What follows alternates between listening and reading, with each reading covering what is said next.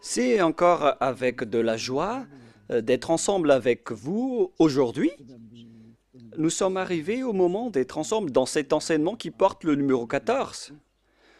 Et aujourd'hui, nous allons bien écouter un enseignement, une explication concernant le Père Yahva, ce que les gens pensent de lui, ainsi que les paroles de la vérité concernant Yahushua, ainsi que le détournement des gens par les gens de cette vérité qui a causé un grand danger sur votre chemin et sur la planète Terre, bien évidemment.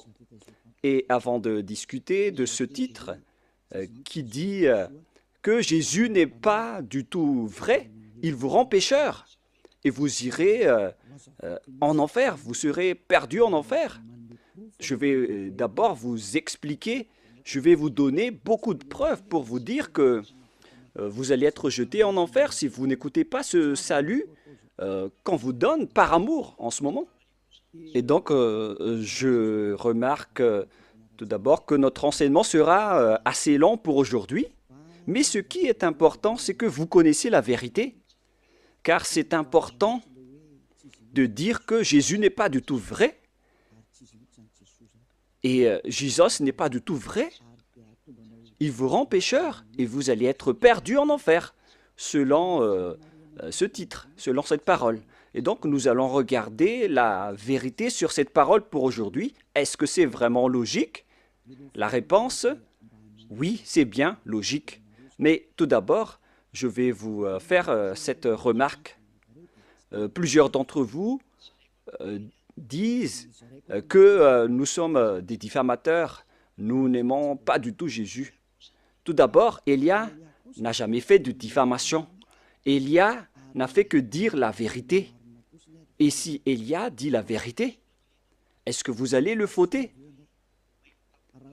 Si, par exemple, je vois une personne qui est en train de mourir et qui va être jetée en enfer, et j'ai les preuves pour vous le dire dans la vérité, et que c'est la vérité, et moi je vous dis que voilà la preuve que vous irez en enfer, et vous suivez les faux dieux. Est-ce que ça veut dire que Élia n'a pas d'amour? Est-ce que ça veut dire que Élia est un diffamateur? Est-ce que ça veut dire que Élia aime critiquer les gens? Même vous, vous connaissez bien que si quelqu'un est entre le danger de mort, vous allez sûrement hurler pour lui dire de revenir, car il risque la mort. C'est une réaction normale pour un humain.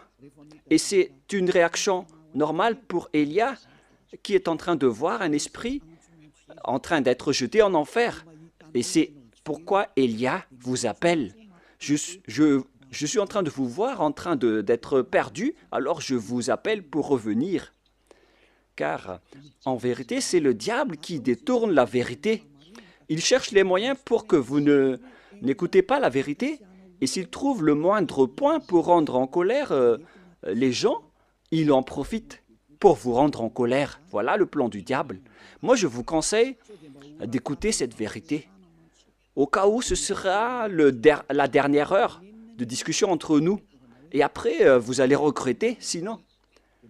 Aujourd'hui, l'enseignement va être assez lent. Alors écoutez bien, car je vais expliquer en détail les choses importantes pour que vous ne soyez plus trompés par ces faux dieux.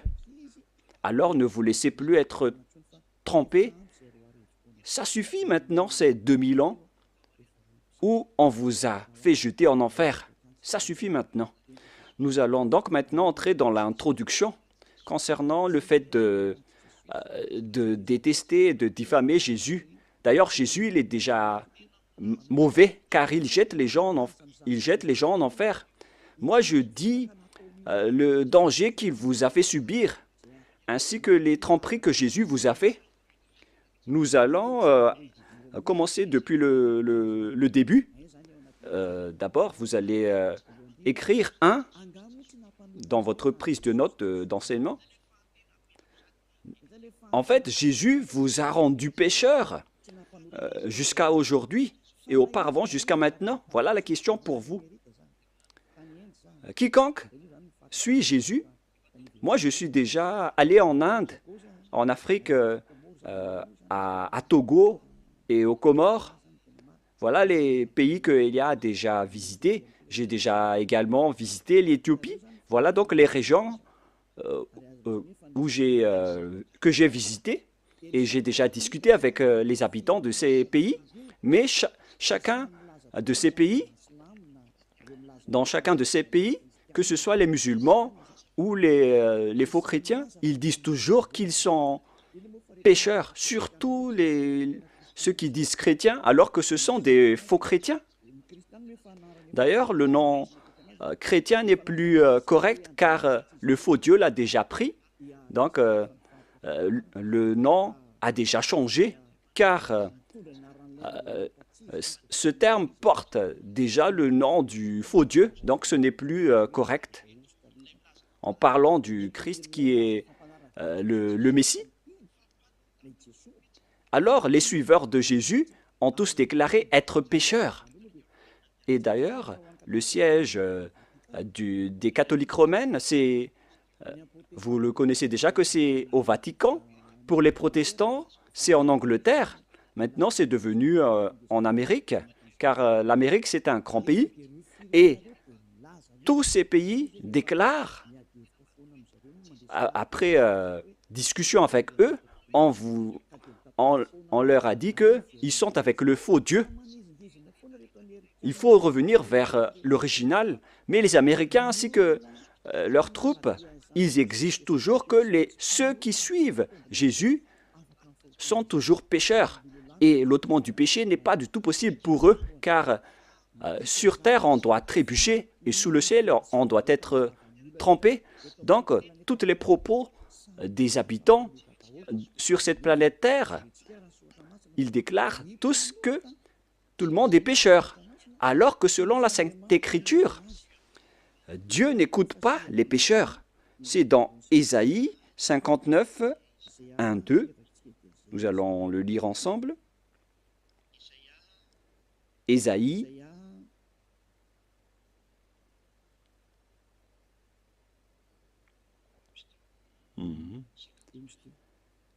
59, Ésaïe 59, 1, 2. Voilà. Ésaïe 59, 1 et 2. Vous pouvez suivre à travers l'écran. Non, la main de Yahva n'est pas trop courte pour sauver, ni son oreille dure pour entendre. Mais ce sont vos crimes qui mettent une séparation entre vous et votre Dieu. Et ce sont vos péchés qui vous cachent sa face et l'empêchent de vous écouter. Selon donc la Sainte Écriture, il est directement dit que Dieu n'écoute pas les pécheurs.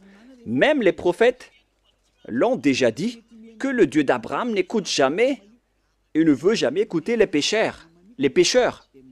Le Dieu d'Abraham déclare bien qu'il n'écoute pas les pécheurs. La question qu'on vous pose, pour vous qui m'écoutez, qui vous a écouté pour vous qui croyez être des fidèles ou des croyants alors que vous êtes toujours pécheurs? Qui vous a écouté?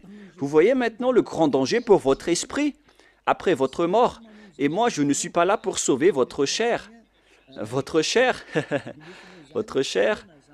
il n'y a pas de problème avec lui car après la mort, elle va redevenir poussière. Mais si Élia vous parle, c'est pour sauver votre esprit, pour être en vie éternellement. Et si vous voulez sauver quelque chose, ne sauvez jamais votre chair qui va redevenir poussière, sans solution, car elle est déjà condamnée à mort. Si vous voulez sauver quelque chose, il faut sauver celui qui peut vivre éternellement, c'est-à-dire votre esprit. Alors sauvez votre esprit. Et la parole que je vous donne en ce moment, c'est une parole pour sauver votre esprit. Donc mettez cette parole en introduction et non pas en numéro 1. Mettez en introduction d'abord car je vais vous expliquer en 1, 2, 3, 4 parties après. Il faut noter que c'est une introduction d'abord. Alors ici la parole est bien claire en disant que les malfaiteurs ainsi que les pécheurs, Dieu ne les écoute jamais. Cette parole est confirmée dans le prochain livre, dans 1 Jean. C'est dans 1 Jean, nous allons voir, pour la gloire de mon cher Père Yava et de mon cher Yahushua, c'est dans 1 Jean, chapitre 3, versets 5 et 6. Vous pouvez directement afficher, même si l'écriture est un peu petite. Or, vous le savez, il a paru pour ôter les péchés, et il n'y a point en lui de péché. Quiconque demeure en lui ne pêche point. Quiconque pêche ne l'a pas vu et ne l'a pas connu. Ici, donc, la parole de Dieu précise bien que quiconque pêche n'a jamais vu ce Dieu et ne l'a jamais connu. Vous ne l'avez jamais vu et vous ne l'avez jamais connu. Vous voyez bien que c'est un grand danger. Alors que Jésus ou Jesus, il vous a toujours enseigné que tous ceux qui sont avec lui sont pécheurs et ne sont jamais ôtés de vos péchés. Et d'ailleurs, il vous a encouragé en disant que Dieu vous comprenne en tant que Dieu. À quel moment Dieu comprend les pécheurs? Ici, il dit bien que quiconque pêche ne l'a pas vu et ne l'a pas connu. C'est-à-dire que c'est un grand danger. Un grand danger. Vous devez hurler en disant que votre chemin est en danger. Voilà, Élia, il a vu le danger, il vous appelle pour revenir rapidement car vous faites fausse route. Vous allez être tué par les diables en enfer. Et dans le verset 8, il y a encore pire. Voilà ce qui est plus grave. Écoutez bien. Verset 8, 1 Jean 3, 8. Celui qui pêche est du diable, car le diable pêche dès le commencement. Vous voyez ainsi? Les pécheurs, selon la Sainte Écriture juive, ils viennent du diable. Qui est alors le Dieu que vous avez adoré et qui vous a rendu pécheur? Voilà le danger pour vous. Vous devez être conscient. Vous qui êtes toujours pécheur, et vous insistez toujours à rester pécheur. Vous pleurez d'être des pécheurs non méritants.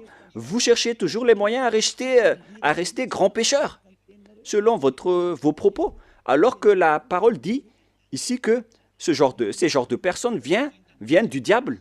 Alors pourquoi pas Élia ne va pas se lever pour vous dire, en voyant ce grand danger que Jésus ou Jesus vous fait subir? Pourquoi Élia ne va pas parler? Est-ce que Élia sera fautif en vous disant d'écouter cette parole? Car vous êtes sur le point de mourir. Et je vous ai donné la preuve. Est-ce que Élia serait fautif? Si vous étiez à ma place, vous auriez dû hurler comme moi, en disant « Hé, ne faites pas ça, revenez vite !» Et comment vous dites que si je dis ça, je diffame et je n'ai pas d'amour? Comment vous osez classer ce genre de personne en une personne qui provoque la guerre? Non, non, non. Élia voit le danger pour une personne. Et si cette personne est toujours consciente, il faut toujours la sauver. Mais si elle n'est plus consciente, tant pis pour elle. Le rôle de Élia, c'est d'enseigner et de vous conseiller. Mais si vous choisissez de faire le plongeon en enfer, alors continuez votre chemin.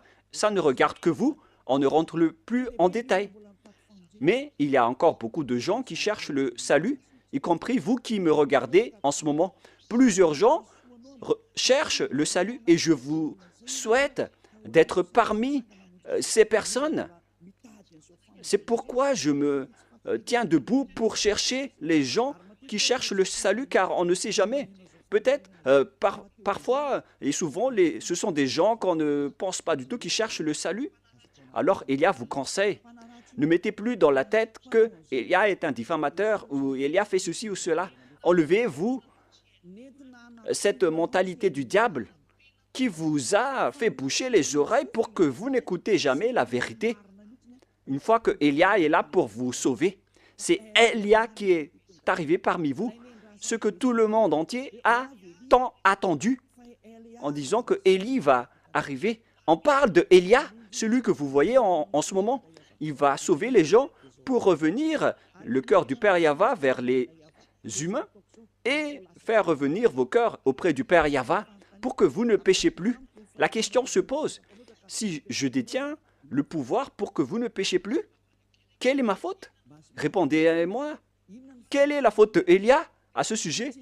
C'est le diable qui doit être en colère contre Élia. Ça, c'est logique.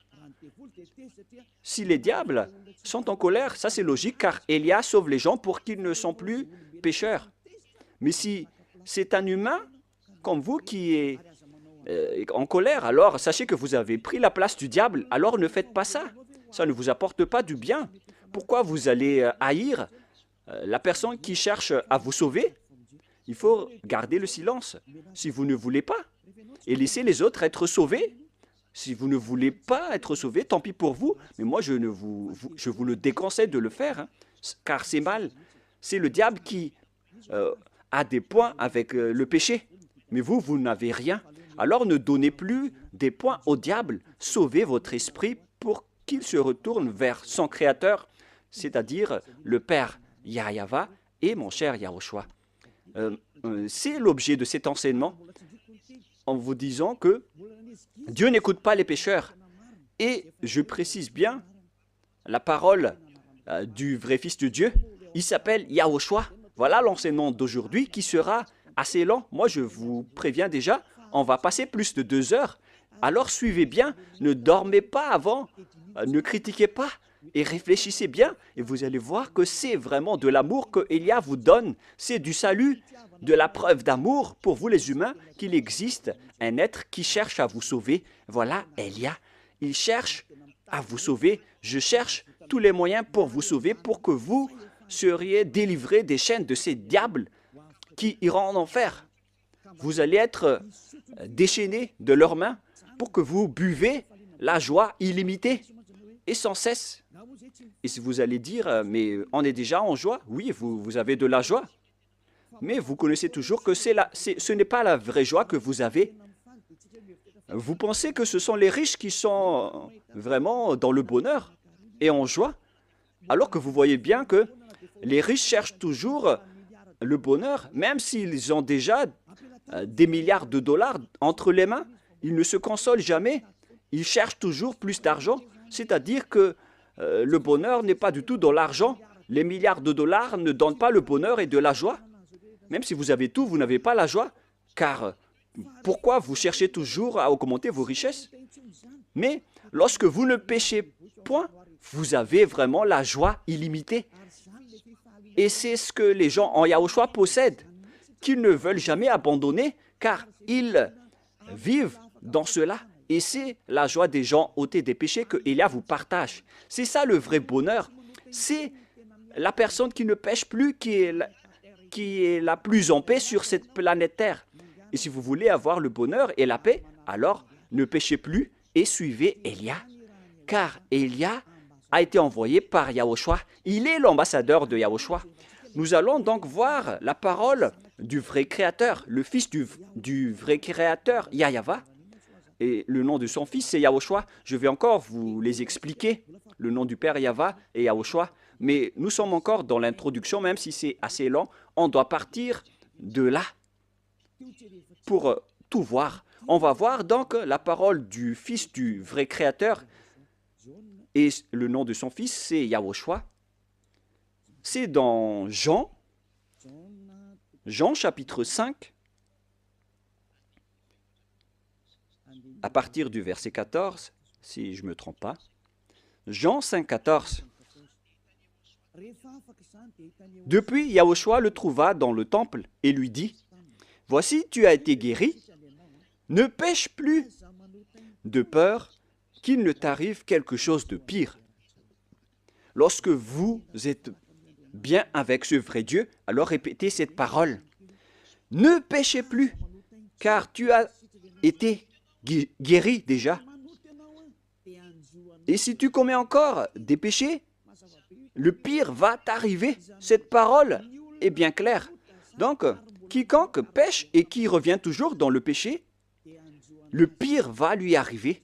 Et regardez dans votre propre vie, qui devient de plus en plus mal. Même les riches, ils ont toujours une mauvaise vie.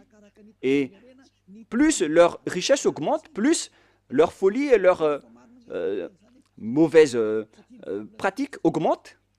Car c'est l'argent qui est la source du mal. Et tous ceux qui cherchent activement l'argent vont sombrer dans la grande tristesse, alors que les faux dieux n'ont rien à faire, à part le miracle, les prodiges et les bénédictions. Et si vous allez dire, donc vous n'avez pas besoin d'argent? Non, je n'ai pas dit ça, mais il ne faut plus avoir ce genre de mentalité. Ce Dieu a dit qu'il faut que vous vous consolez de ce que vous avez entre les mains. Ne creusez pas toujours avec votre tête, car au final, vous allez faire autre chose, jusqu'à faire des trafics humains, des trafics d'argent, des trafics d'organes, des kidnappings, des escroqueries, car vous cherchez toujours de l'argent et ça, vous allez terminer ainsi. L'argent, c'est la source de tout le mal. Il faut se consoler de ce que vous avez. Voilà la meilleure situation. Cette parole dit qu'il ne faut plus jamais pécher. Tu as été guéri, ne pêche plus, de peur qu'il ne t'arrive quelque chose de pire. Mais regardez votre propre chemin. Vous qui dites que vous avez été guéri par Jésus, vous avez eu ces bénédictions. Où est-ce que vous êtes allé? Est-ce que vous êtes déjà ôté des péchés? Alors que le Fils de Dieu, le vrai Fils de Dieu, a dit qu'il ne faut plus jamais pécher. Mais Jésus ou Jesus n'a jamais réussi à faire cela. Il faut juger juste. Est-ce qu'il a réussi à faire cela ou pas? Et vous allez tous dire, y compris vos religieux pasteurs et prêtres, ils ont toujours déclaré dans l'émission de la télévision de Yahushua qu'aucune personne ne peut être ôtée de ses péchés. Voilà, lorsque vous adorez Jésus ou Jesus, alors que la Sainte Écriture dit qu'il ne faut plus jamais pécher. Vous voyez la contradiction? C'est la preuve que Jésus n'est pas du tout vrai. Il vous rend pécheur et il vous jette en enfer. Élia vous dit aujourd'hui de quitter ce faux Dieu. Je vous attire, vous tous qui êtes conscients, ne mettez plus les pieds dans leurs églises. Ce n'est plus correct, mais si vous voulez tuer votre âme en enfer, alors continuez ainsi. Car le péché vient du diable et le diable habite en enfer. Moi, j'ai été envoyé pour vous ramener au ciel des cieux et c'est normal que je vous dise de ne plus aller avec ces faux dieux. Et les gens que Élia appelle, ce sont les gens qui veulent être sauvés. Si vous ne voulez pas être sauvés, alors ne suivez pas mes paroles. Mais les gens qui veulent être sauvés, ils écoutent la parole de Élia et il dit, mais comment réfléchir à cette parole qui dit qu'il ne faut plus pécher alors que j'étais toujours pécheur? La comparaison oblige. L'autre dit qu'il faut pécher et l'autre dit qu'il ne faut plus pécher. La logique, c'est de suivre celui qui ne pêche plus. Voilà la vérité. Automatiquement, la décision, c'est de vous rapprocher de celui qui ne pêche plus. Et celui qui a porté cette parole, c'était seulement Élia sur votre planète Terre. Et on m'a persécuté pendant 40 ans, pendant que j'ai fait les œuvres de Yahushua à ce sujet. On m'a persécuté. C'est pour vous dire que Élia est venu par amour, mais ce sont les diables qui le détestent et qui vous rendent en colère. Alors ne vous laissez plus être provoqué. Écoutez la vraie parole maintenant. Écoutez la parole de Élia. Élia est arrivé pour vous sauver, pour vous donner la joie éternelle, pour que vous reveniez vers votre vrai Créateur qui s'appelle Yahushua. Et je vais encore ajouter une autre parole, car cette parole a été répétée 2 fois et non pas seulement une fois. Selon Jean, chapitre 8,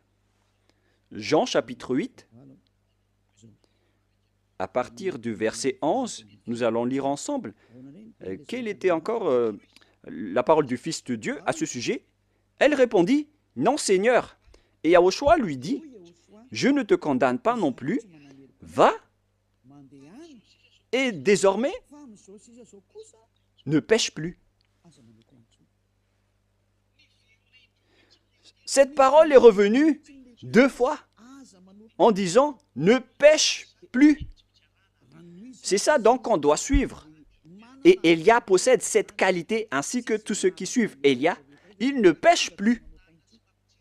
C'est vraiment une chose qu'on désire. Hein. Ce sont les diables qui détestent cela. Alors que c'est une bonne chose pour tout humain. Et Élia appelle les humains. Car vous cherchez ça en allant à l'église. À quoi bon d'aller à l'église? Votre objectif d'aller là-bas, c'est de ne plus commettre de péché. Mais puisque en allant là-bas, vous avez cherché des miracles et des prodiges, alors c'est normal que vous n'avez pas vu la vérité, car l'endroit que vous fréquentez, c'est avec Jésus et Jésus. Et sachez que le plan de ce Dieu n'est pas pour faire des miracles ou des bénédictions, mais son sujet, c'est le péché. Mais alors, si vous avez le miracle, si vous êtes guéri, si vous restez toujours pécheur, alors ça ne sert à rien. Si vous êtes pécheur, alors vous n'êtes pas avec ce vrai Dieu. C'est logique que vous êtes avec le diable. Même vous-même, vous allez prendre une décision que c'est la bonne réponse, que Dieu n'écoute pas les pécheurs. Alors, qui vous écoute dans votre église? Est-ce que vous avez déjà posé cette question? Car si c'est celui-là le vrai Dieu qui n'écoute pas les pécheurs et que les pécheurs viennent du diable, alors l'endroit que vous fréquentez, c'est un endroit qui appartient à qui? Et vous vénérez qui? Vous priez à qui? Le schéma est très grave. Ce n'est pas de la diffamation. Si vous réfléchissez bien, vous allez déduire que la parole de Élia est vraie. Vous devriez même remercier Élia, car Élia est venu pour vous sauver. Et mes paroles ôtent les péchés que les autres religions n'ont pas réussi à faire jusqu'à maintenant. Ce sont seulement les envoyés du ciel des cieux qui peuvent sauver les gens, comme Yahushua, mon cher grand frère. Mais vous, entre humains, entre pécheurs, comment est-ce possible que vous allez réussir à vous délivrer entre vous-mêmes? Par exemple, entre prisonniers, vous êtes prisonniers ensemble. Comment l'autre prisonnier peut vous libérer? Il faut que c'est une personne venant de l'extérieur qui vous libère. La personne qui est prisonnière avec vous reste collée avec vous en prison. Et pareil, ce sont les personnes qui ne sont pas pécheurs qui peuvent sauver les gens pécheurs. Ça, c'est logique. Ce sont les gens à l'extérieur de la prison qui peuvent libérer les gens à l'intérieur de la prison et non pas les gens qui sont à l'intérieur de la prison.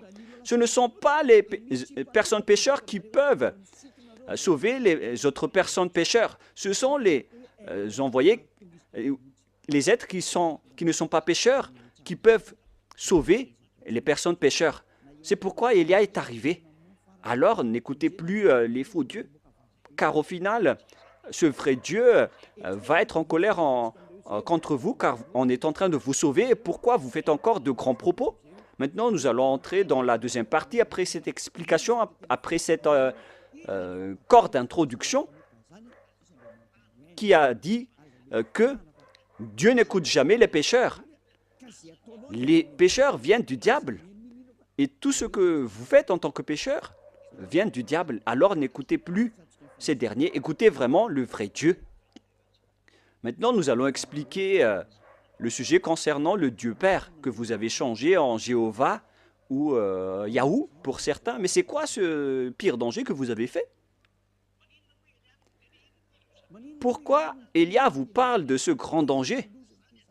C'est vraiment pire, car le Dieu d'Abraham, il a sorti la parole comme quoi il ne faut jamais profaner son nom. C'est vraiment un pire danger, donc, de changer ou de transformer son nom.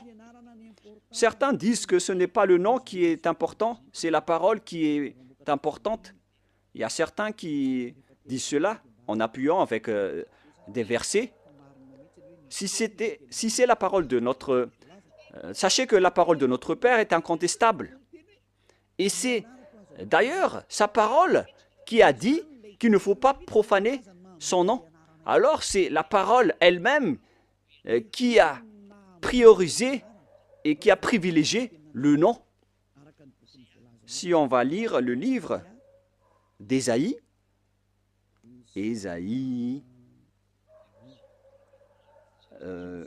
c'est dans le chapitre 48, 11, si je ne me trompe pas. Ah, où elle est passée? Voilà. Ésaïe 48, 11. Voilà la parole. Ésaïe 48, 11. Pour répondre aux gens qui ont dit que Le nom n'est pas important, c'est la parole qui est importante. Nous allons entrer dans tous ces sujets avec le sujet des 10 commandements, le sujet de Yahushua. Et les gens aussi parlent de Elia. C'est pourquoi on va parler de tous ces sujets. C'est pourquoi notre enseignement va être lent. On va passer plus de 2 heures, même en 3 heures. Et si vous allez dire pourquoi on ne va pas écouter jusqu'à cette durée, mais wow, les esprits qui ont soif d'être sauvés, ils écoutent la parole de Elia. C'est vraiment merveilleux d'écouter la parole de Elia. Hein. Et vous allez voir que c'est vraiment de la joie de voir Elia, car Elia va emmener des gens pour être sauvés au ciel des cieux. Cet objectif est vraiment magnifique. Le fait de vous emmener au ciel des cieux et de vous enlever de la chaîne des diables, ainsi que des péchés, car ni les prêtres ni les pasteurs n'ont pas réussi à ôter les gens de leurs péchés. C'est Élia seulement qui a réussi à le faire. Et tous ceux qui sont avec Élia sont vraiment et complètement libérés, car Élia a vraiment été envoyé par le Dieu d'Abraham, qui s'appelle Yahweh. On revient à la parole. C'est par l'amour de moi, pour l'amour de moi, je veux agir. Car comment mon nom serait-il profané? Vous voyez que le nom est important. Il ne faut pas profaner son nom. Alors il faut restituer son nom. Je ne donnerai pas ma gloire aux autres. Donc si vous avez changé son nom en Jéhovah ou Allah par exemple, déjà son nom a été changé. Donc vous êtes en train de donner gloire aux autres dieux. Que ce soit Jéhovah ou Allah. Voilà donc le nom des dieux des autres. Alors qu'il dit bien que il ne faut pas profaner mon nom et je ne donnerai pas ma gloire aux autres. Il faut alors restituer son vrai nom. Il s'agit de sa parole. Mais les religieux étranges, bizarres, ont dit que ce n'est pas le nom qui est important, c'est la parole qui est importante. Alors que ici, c'est la parole elle-même qui précise que le nom est important pour le Dieu d'Abraham. Il ne faut pas toucher à mon nom, les gens, selon le Père Yahweh. Mais si vous voulez me déclarer la guerre, alors faites-le. Il dit ici qu'il ne faut pas profaner mon nom. Hélas, on a profané mon nom. Et tous ceux qui changent le Père Yahweh le rend en colère. Si vous voulez le rendre en colère, alors changez son nom. Si vous ne voulez pas lui donner gloire, alors changez son nom. Et il va être en guerre contre vous, car déjà, Élia vous enseigne déjà la vérité. La loi que nous voyons ici est claire. Il ne faut jamais changer son nom. Dieu est vraiment exigeant avec son nom. Il ne faut pas profaner son nom.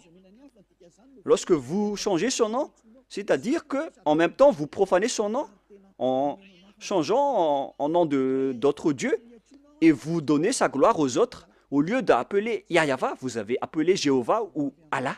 Ce n'est pas du tout correct. Je vais vous donner la preuve. Pour vous qui dites que, pourquoi vous dites que notre Dieu est faux? Qui est le vrai Dieu selon vous? Vous devez lire dans votre Bible, dans la préambule, dans la Bible catholique romaine, dans la préambule, dans l'introduction, il est écrit que la Bible, l'Ancien Testament ainsi que le Nouveau Testament a été traduit depuis la langue hébreu ancienne ou moderne. C'est-à-dire que si vous voulez regarder la Sainte Écriture, il faut regarder à travers dans la langue ancienne hébreu ou juif. Donc, puisque la langue hébreu appartient aux juifs, alors il ne faut pas que ce sont les Français qui maîtrisent le malgache plus que les malgaches en disant que les meilleurs en malgache, ce sont les Français ou les meilleurs en français, ce sont les Anglais. Ce n'est pas logique. Il faut que ce sont les propriétaires de la langue qui prouvent quel est le nom de leur Dieu. C'est pourquoi on doit regarder le Sefer Torah. Et le Dieu d'Abraham, c'est le Dieu d'Abraham. est donc le Dieu d'Hébreu, car Abraham est un Hébreu. Nous allons d'ailleurs rechercher ce verset. Voilà. C'est dans Genèse 14, 13. Vous pouvez directement afficher. Genèse 14, 13. Un fuyard vint l'annoncer. Genèse 14, 13. Un fuyard vient l'annoncer à Abraham, l'Hébreu, celui qui habitait parmi la chaîne de Mamré, l'Amorin, frère d'Escol et frère d'Aner. On voit bien ici que Abraham est hébreu. Donc, si vous voulez voir le nom du Dieu d'Abraham, il faut donc revenir vers la langue hébreu ou la langue juive. C'est vraiment logique, après cette parole, de sortir et de lire le livre hébreu, le livre juif, qu'on appelle le Sefer Torah. Le Sefer Torah, ce sont les livres écrits par les sophères, c'est-à-dire les écrivains. Les Sefer, ce sont les écrivains de la Torah. C'est pourquoi on appelle le livre Sefer Torah. Le Sefer Torah parle donc, dans la langue juive, le nom de ce Dieu. Et Élia possède le Sefer Torah. Et le Sefer Torah de ces Juifs a été fait par succession d'héritage. Et au final, ils ont été écrits par les scribes à l'époque de Néhémia, d'Esther. Et au final, on a vu aussi l'époque des Maccabées. Ce sont tous des écrivains qui se sont succédés. Et on appelle ces écrivains les Massorètes ou bien les Massoras. Ce sont donc les porte-paroles, des porte-paroles qui ont écrit les livres après les anciens livres qui ont été détruits. Donc, parmi les Juifs, il y a des intellectuels qu'on appelle les Massoras ou les Massorètes. Dans le Sefer Torah, dont ils ont écrit le Sefer Torah, et le plus ancien se trouve vers moins 200 avant l'an 0, alors que la parole qui a été écrite en moins 200 existait déjà vers moins 1000 ou moins 2000, c'est-à-dire à l'époque d'Abraham. Je vais vous montrer toutes les paroles à ce sujet en langue hébreu. Donc, si on veut regarder le nom, alors on ne doit pas le regarder en Angleterre ou en Amérique. D'ailleurs, les chercheurs mondiaux, les chercheurs dans ce monde ont déjà trouvé l'appellation de ce Dieu jusqu'à aujourd'hui. Et tout le monde connaît que l'appellation du nom de ce Dieu vient de Yod, He, Vav, He. Ou bien, selon les gens, YH, WH. Et je rectifie directement. Le bon terme, c'est YHVH et non pas YHWH. Nous allons d'abord, je vais d'abord vous enseigner, après nous allons enseigner le livre hébreu. Nous allons donc, je vais d'abord vous enseigner d'abord. Tout le monde connaît ces lettres avec Yod, He, Vav, He. On parle du tétragramme selon les intellectuels, les docteurs et les professeurs. Mais ce qui est étonnant, c'est qu'il ne sait rien le lire. Où sont passés les doctorats et les professorats des théologiens? Sachez que les pécheurs n'ont pas été autorisés de connaître la vérité, car les pécheurs n'ont jamais vu et n'ont jamais connu ce vrai Dieu. C'est logique, donc ils ne connaissent rien. Ils doivent attendre Élia pour enseigner. C'est pourquoi on entre dans l'enseignement. Comment on lit ceci? Voilà le Yod. Les Juifs lisent de droite à gauche. Voilà donc le Yod. Voilà le He, selon eux. He ou H. Et celui-là, c'est un V, selon eux. V. Vav, selon eux. Vav. C'est-à-dire V-A-V.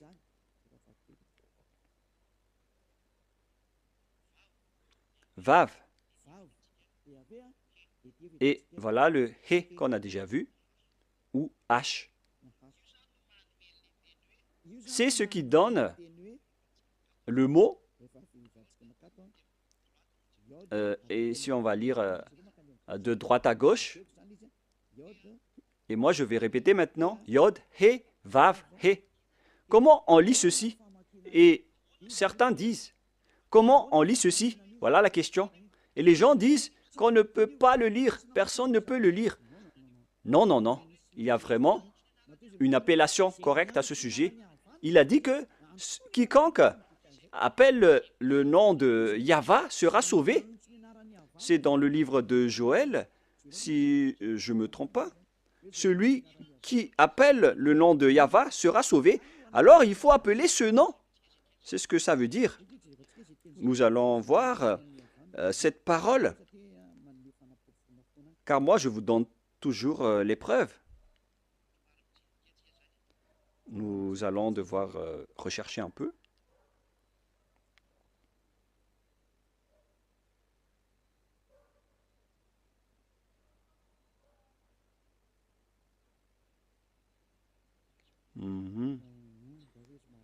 Je vais d'abord rechercher cette parole rapidement.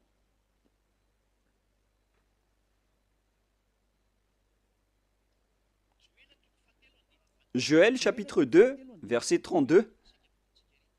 Vous pouvez déjà afficher. Joël 2, 32. Alors quiconque invoquera le nom de Yahva sera sauvé. Donc, il faut appeler ce nom. Cette parole est claire. Quiconque invoque son nom sera sauvé. Et pour certains ceux qui disent que personne ne peut appeler son nom, c'est faux. Vous voyez la contradiction avec la parole? Ils ont caché la vérité et ils ont caché le nom pour que les gens appellent toujours Jéhovah ou Allah, pour qu'ils n'appellent jamais le vrai Dieu. Voilà le plan du diable pour détruire les gens. Vous méritez d'être sauvés et accepter d'être sauvés. Vous voyez maintenant qu'ils contredisent toute la vérité. Alors que pourquoi vous appelez Allah ou Jéhovah? C'est-à-dire qu'on peut invoquer le nom de Dieu. Et voilà la vérité. On peut invoquer le nom de Dieu, mais puisque vous avez changé le nom original, donc c'est normal que vous êtes resté dans le péché. C'est normal aussi que Élia est revenu pour faire revenir le nom original. Et c'est le vrai nom que Élia a restitué. Élia est arrivé pour vous sauver. Revenez vers la vérité. Nous voyons donc qu'on doit l'invoquer. Et, excusez-moi, Élia n'a pas besoin de le chercher. Il connaît le nom de son père qui a envoyé Élia. Je connais celui qui m'a envoyé. Je connais son nom. Je n'ai pas besoin de chercher son nom, car je connais le nom de celui qui m'a envoyé. Mais là, je suis en train de vous donner la preuve dans votre livre. Le prophète Moshe l'a déjà écrit et je vais donc vous le donner. Nous voyons ici maintenant, nous allons voir maintenant le livre hébreu, le livre juif, qu'on appelle le Sefer Torah. J'espère que l'image sera assez grande pour bien vous montrer.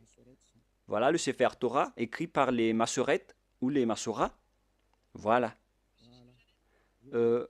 Au coin, on voit le terme hébreu massorétique texte. C'est-à-dire que ce sont ces massorètes qui ont sorti l'enseignement et le livre. Ce sont des intellectuels, ce sont des coordonnateurs, y compris Ezra, Néhémie, vers l'ancienne époque, vers moins 400. Et après, ils ont été succédés par les autres. On parle de date approximative. Ce n'est pas précisé. Et après, il y avait aussi les écrivains qu'on appelait les Maccabées. Mais la parole que je vais vous donner, ce sont la parole des Massorètes que nous allons lire dans Exode ou Shemot en hébreu. Shemot chapitre 15, verset 2. Voilà, nous avons la version française. Et l'hébreu va sortir après. Shemot chapitre 15, versets 2 et 3. Pour vous qui possédez le livre hébreu ou la livre hébreu, vous pouvez lire celle-ci. Exode 15, 2 et 3. Voilà la langue hébreu qu'on voit ici. Nous allons un peu traîner dans cette partie, mais ce n'est pas grave car c'est le bon départ. Et voilà le rôle de Élia, il va restituer le nom avec cette base. Voilà donc l'écriture en griffe, en violet. Voilà. Avziv, Vzimrat, Ya. Voilà donc la translittération en jaune. Avziv, Vzimrat, Ya, Valim, Ishwa, Vajim, Valveu, Varum, Menu. Voilà la lecture en langue hébreu. Pour vous qui lisez en hébreu, la traduction est à côté. Je répète bien. Aziv, Vzimrat, Ya, Valish, Lin, Yash, Elu, El, Avi, Varum, Enu. Voilà donc la lecture en hébreu. Et nous voyons l'expression Ya. Voilà le nom du Dieu hébreu. Ya. Le voilà.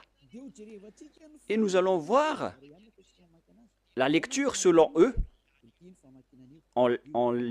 On l'appelle, on le prononce Ya. Y-A-H. Voilà, si vous voulez bien regarder. On le prononce Y-A-H. On va l'agrandir un peu. Je vais cliquer et ça donne Ya. Yod, He. On le prononce Ya. C'est pourquoi, lorsque nous sommes revenus vers l'original, vous voyez bien que Yod et He se prononcent Ya. Et nous allons revenir vers l'original pour dire Avzi, Vzimrat, Ya. Voilà. Et si on le lit, il y a la version anglaise qui dit que c'est Ya qui est ma force et le sujet de mes louanges. C'est lui qui m'a sauvé. C'est lui donc qui m'a sauvé. Pour ceux qui connaissent l'anglais, ce n'est pas grave. Je vais le traduire à mon niveau, mais ce n'est pas loin. Mais ce qu'on voit ici, c'est que la bonne prononciation de Yod et He, c'est Ya. Souvenez-vous bien de cela. Lorsque vous voyez les formes Yod et He, comme ici au milieu, et je vais cliquer, et il va sortir ici. Lorsque nous voyons la forme Yod et He, que je vais d'ailleurs capturer en photo pour qu'on les enseigne en particulier, puisqu'on va continuer à traîner un peu dans cette partie. Donc, voilà, je peux bien vous expliquer. Voilà. Et lorsque si nous allons prendre cette image, voilà le Yod et voilà le He. Le voilà. Voilà le Yod ou Y. On va écrire en rouge Y. Et voilà le He. Ou bien le H. C'est le H. Lorsqu'on a rassemblé la prononciation de Yod et He, ça donne I, A, H ou Ya. C'est-à-dire, lorsqu'on lit, ça donne le mot et l'écriture Ya. Oh, c'est devenu trop rouge. Ya. Voilà. Et c'est Ya qui est devenu la bonne prononciation au final. Donc, souvenez-vous bien que lorsque vous voyez les formes Yod et He, alors la prononciation c'est Ya. Il ne faut plus chercher loin. On le lit directement Ya. Et comment on lit maintenant le Yod, He, Vav, He? Comment on prononce ce mot? On va le faire petit à petit. Nous allons entrer maintenant dans la leçon suivante. Yod. Où elle est passée déjà? on doit regarder à la fin. Voilà. Nous allons revenir un peu avec la parole. Ah, ça a un peu bugué. Nous allons entrer dans la troisième partie pour voir le nom du vrai Dieu. Il a dit, Yah est ma force et le sujet de mes louanges. Et dans le livre des psaumes, on dit Alléluia. Pour donner gloire au Père Yahva, on dit Alléluia. C'est-à-dire gloire au Père Yahva. Il n'a jamais dit que c'est Alléluia. Vous voyez vraiment la grosse erreur des humains. Ça a été transformé en Alléluia, alors que dans votre Bible, c'est Alléluia. Et le nom du Père Yahva, son vrai nom, c'est Yahva. Donc, on va lire l'autre nom, car on a déjà vu Yah. Vous voyez donc, à travers cette remarque, avec le Alléluia, que son nom, c'est vraiment Yah. Voilà donc, en troisième partie, on parle ici de Yahva Shmo. Je vous le dis directement, mais ici, vous voyez d'abord Yod, He, voilà. Et même les sens ont tous été changés. C'est pourquoi on est là pour les rétablir à la normale. Après les fausses translittérations, ils ont créé le nom de Jéhovah ou Yehovah, alors que ça n'existe pas du tout, cette prononciation. Alors, quelle est la bonne translittération? Voilà donc les mauvaises translittérations à cause des changements des humains. Ils ont changé carrément. Alors, on voit dans le verset 3, la lecture juive, c'est Yahva. La lecture de Yod He Vav He, que je vais prendre en photo également pour vous lire, c'est vraiment facile. Hein? Une fois que vous avez connu cet enseignement, vous allez être ôté de vos péchés et vous ne péchez plus jamais. C'est le rôle de Elia de vous restituer la vérité pour que vous la connaissez. Nous allons continuer maintenant. Voilà le Yod He que nous allons écrire en rouge. Voilà donc le sens. Et nous savons tous que Yod et He veut dire Yah. On n'en parle plus. C'est déjà clair. Jusque-là, on connaît que c'est Yah. Et qu'en est-il du Vav et de He? Vav ou W, A et H. Yahva. Comment on prononce ce W? Car il y a des gens fous qui ont créé Yahvé et certains ont aussi créé Jéhovah ou bien Yahoo. Quelle est la bonne prononciation selon les Juifs de ce W? On pose la question à ce W, quelle est ta bonne prononciation? Car tous les humains sont en réflexion à ce sujet. Elia ne réfléchit plus à ce sujet car j'ai déjà connu ce nom depuis chez nous. C'est pourquoi mon nom, Ziadia Elia. Ce nom ne vient pas de chez vous, ça n'existe pas chez vous. C'est un nom qui vient de chez nous. Ziadia Elia. Et nous vous enseignons le nom de celui qui nous a envoyé, le Dieu Père qui est assis sur sa grande trône, la grande lumière qui nous a envoyé, notamment Elia qui est arrivé parmi vous, qui vous dit la vérité et qui vous restitue la vérité qui est écrite dans votre livre. Voilà ce qui est écrit, mais que vous avez changé en autre chose. Il est bien précisé que la parole dit que c'est Yahva Shmo. Comment on lit vraiment le W en hébreu? Car on a déjà vu Yah, on a déjà vu Va. Est-ce que c'est Wa, la prononciation, comme avec les Anglais, ou est-ce qu'on le prononce Va?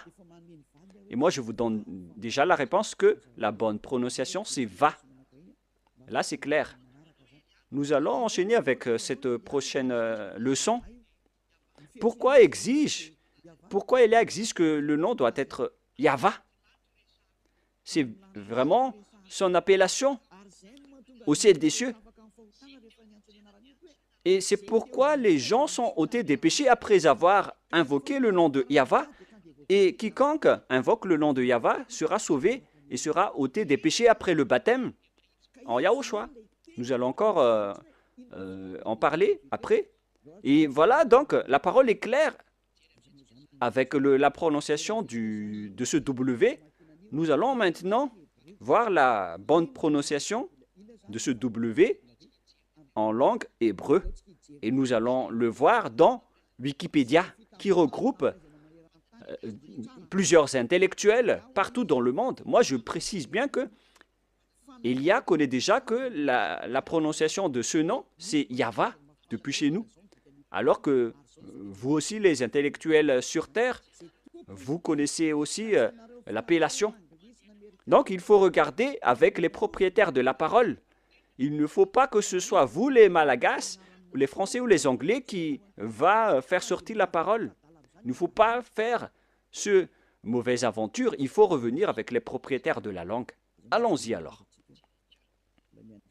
Patientez un peu, car je vais encore chercher le verset. Ah, je l'ai encore égaré. Voilà. Patientez un peu, car je vais regarder le verset. Et les techniciens, vous pouvez directement afficher après pour que ça soit magnifique. Voilà, vous pouvez afficher maintenant. Je l'ai retrouvé. Il s'agit donc d'une autre déclaration qui dit que, selon Wikipédia, d'après wikipedia.org, que vous voyez ici, wikipedia.org, une plateforme qui regroupe tous les intellectuels partout dans le monde concernant les alphabets hébreux. On ne va pas parler anglais, on va faire sortir la parole. On va montrer la parole. Selon eux, le script type veut dire, on l'a vu, vers la période moins 200 à moins 100 avant Yahushua jusqu'à présent. C'est-à-dire, ça a débuté depuis moins 200 jusqu'à moins 100, jusqu'à aujourd'hui. C'est-à-dire que c'est parti de l'ancienne époque. Si je ne me trompe pas, où elle est passée déjà? C'était vers le 10th century. C'était il y a bien longtemps.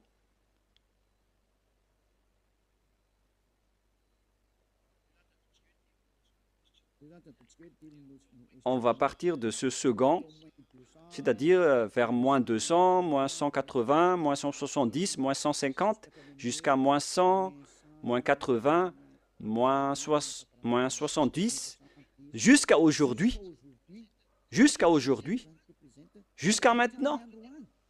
Voilà la parole de tout à l'heure. On va réafficher, au cas où vous n'avez pas vu. Période 50 first century avant Yahushua, jusqu'à maintenant, jusqu'à aujourd'hui. Quelle est alors la lecture hébreu de la lettre W? Car c'est W qui est écrit là, alors que ce n'est pas un W, c'est V. Est-ce que c'est clair pour ceux qui écoutent?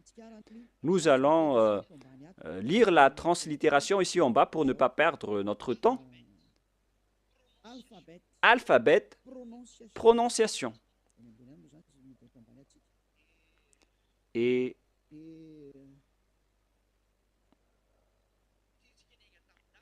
puisque nous sommes partis des dates jusqu'à aujourd'hui, comment garder l'appellation, la prononciation de la lettre W jusqu'à aujourd'hui?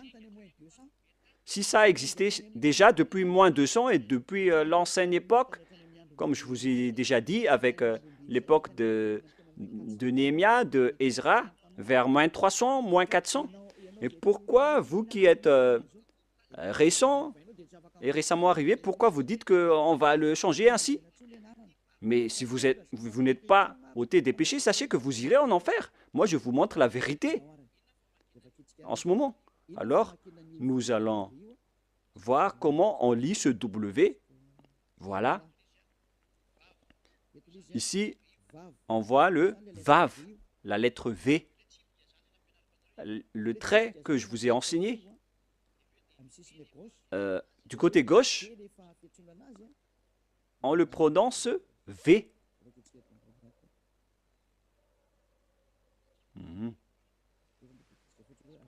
Nous allons lire jusqu'à la fin pour avoir le bonne expression. I. Et voilà le Vav, V-A-V. Je peux bouger maintenant? Je peux le bouger? On voit que c'est le Vav, comme si vous fermez la bouche. Vav. Comment on lit ceci? V comme vogue, c'est-à-dire V comme, comment on prononce vogue. Donc, la forme Vav, on la prononce vraiment en V comme vogue. Voilà donc la prononciation. Dans ce coin, on voit les prononciations. Et on voit ici que la prononciation de Vav, que ce soit en hébreu ancien ou moderne, la propriétaire de la langue ont tous précisé qu'on le prononce V. Alors ne faites pas de mauvaises aventures en disant que c'est Yahou qui est le nom du Dieu Père. C'est le diable qui a dit cela. Et d'ailleurs, vous n'êtes pas ôté de vos péchés. Vous transgressez la loi. Et si on a vu que V comme vogue se lit V, alors le Vav veut dire V. Et si certains vont dire que ça peut changer en autre chose,